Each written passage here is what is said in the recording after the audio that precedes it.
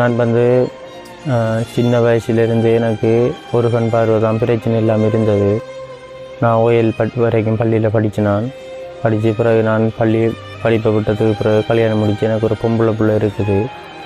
20 வயசுக்கு பிறகு எனக்கு 2 கண்ணும் துப்புரவாக பார்வை இல்லாமல் போயிடுச்சு. கஷ்டத்து மத்தியில் தான் நான் பாண்டு வாரேன்.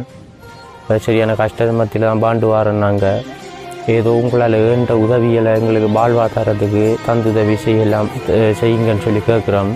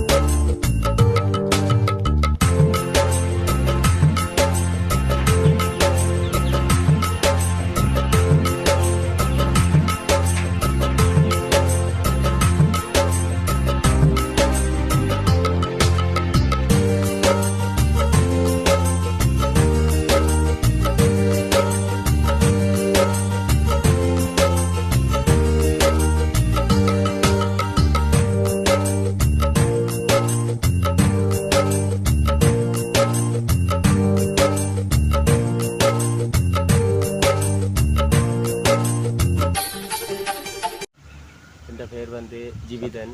நான் புதூர் கிராமத்தில் தான் வசித்து வரேன்.